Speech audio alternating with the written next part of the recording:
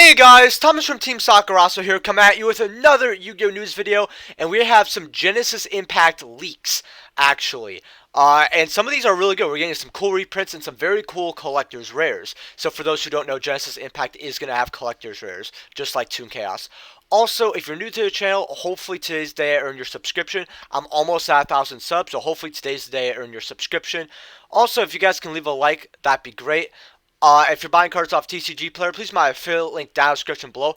Helps out the channel to no additional cost to you. And I'm just going to get right into it. So Alistar, the Invoker of Madness. So I actually really like this as a not only collector's rare, but a reprint.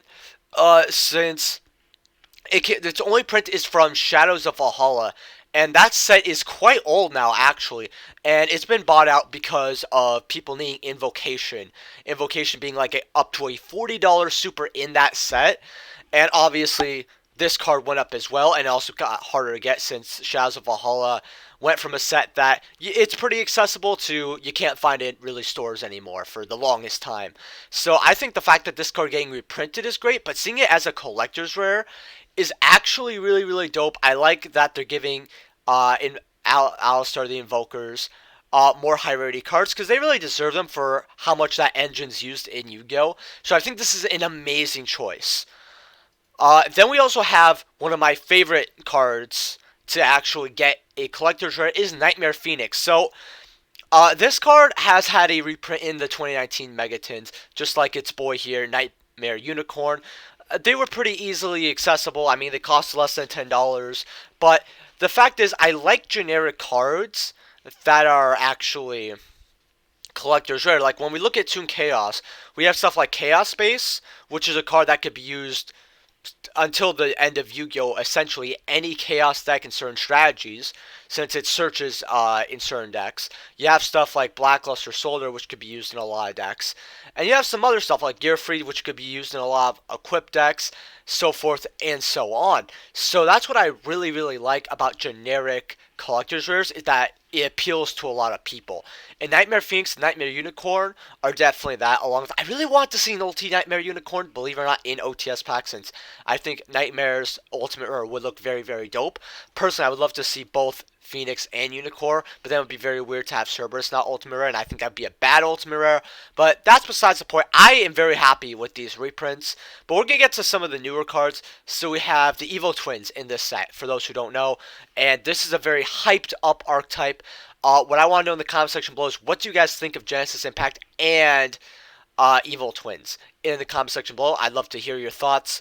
But we have her as a collector's rare, along with her other twin, right? It would be very weird to have one twin collector's rare and the other one not. It would remind me of Unchained, where only Hakai is a prismatic, but the blue one isn't, which is very weird to me. But we have both of these as a prismatic, and since these are base essentially 3-ofs of the deck, it's going to be very hard to get them, but it's still very cool that I just have.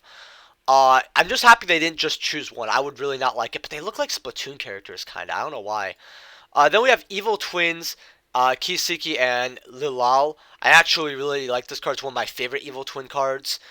And it's really good as well. So, but I've gone over Evil Twins in a past video, so I don't want to waste my time too much going into that. But I will have a more in-depth video about them. But this is definitely if I play Evil Twins, this is the collector rare I'm probably going to aim for. I'm not really going to aim for these two as much, just because I'll need 3 of them, and this is a card that, I don't know, I like it more.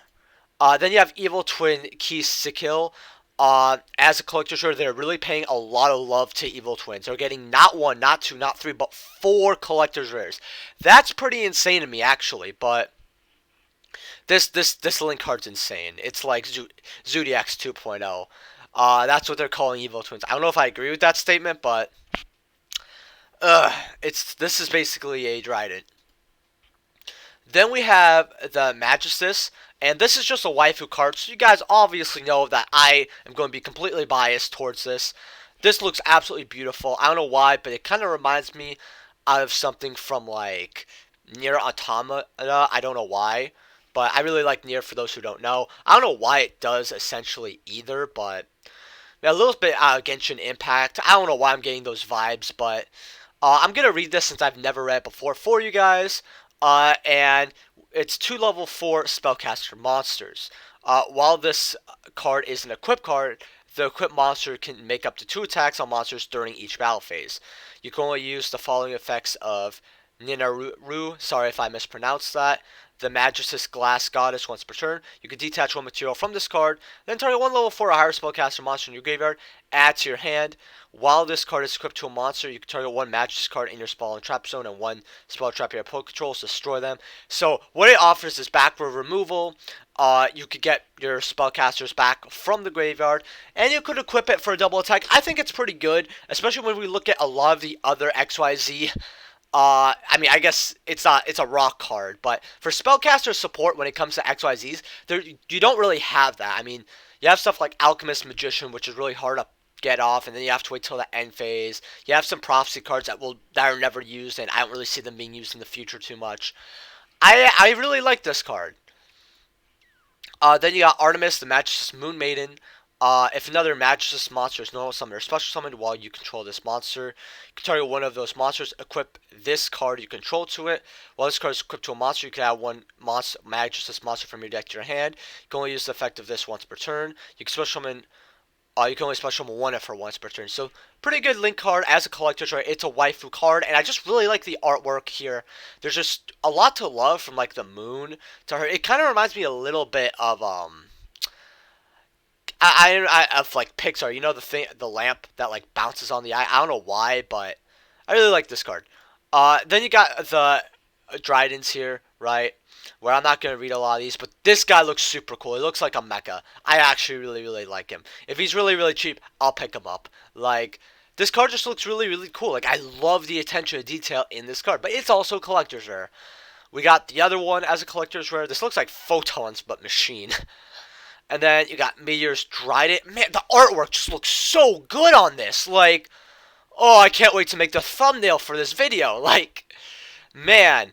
And then we have one more reprint here. I want to save it for last, which is Beat Cop from the Underworld. Now, this is a card that never really took off, at least in my eyes. It's not bad, since it's just, what's it called? It's basically a generic 2-link buff. If you use 2 darks, which you basically have to. You contribute 1 monster, then target 1 face-up card on the field. Place 1 patrol counter on it. You can only use the effect of Beat Cop once of the Underworld once per turn. If a card with a patrol counter would be destroyed by battle or card effect, you can remove 1 from from this instead. So it's not bad, but it's very niche. I feel like reprinting it's a good idea, but making it a collector's rare is very odd to me. I feel like maybe we should have got something different, like a collector's rare Solemn Judgment, maybe a collector's rare Solemn Strike, maybe a collector's rare Tsukiyomi or Dan Zabolg. I think that would be really good because Toon Chaos gave us a lot of old school cards that were collector's rares. And I think putting 1, 2, maybe 3 of them for maybe perhaps GOAT format would be very cool to see. You know, I highly doubt they put something like collector's rare Sakuratsu Armor. I think everyone would hate that. But I think something like Zabolg or Tsukiyomi would be very good. I'm not really a fan of this, but it does look really good. But what I want to know in the comment section below is, what do you guys think of the Genessis Impact? What do you think of these leaks? What collector's rare are you hyped up for the most? And what do you want to build? Because I actually really like this set, and I will be trying to get a case for it for the channel, mostly because I just want to build the deck here. It's not really about making a profit off this set. There's just too much I really like. And the collector's rares look really fine. Hopefully I pull something, and I will see you guys in the next video. Peace.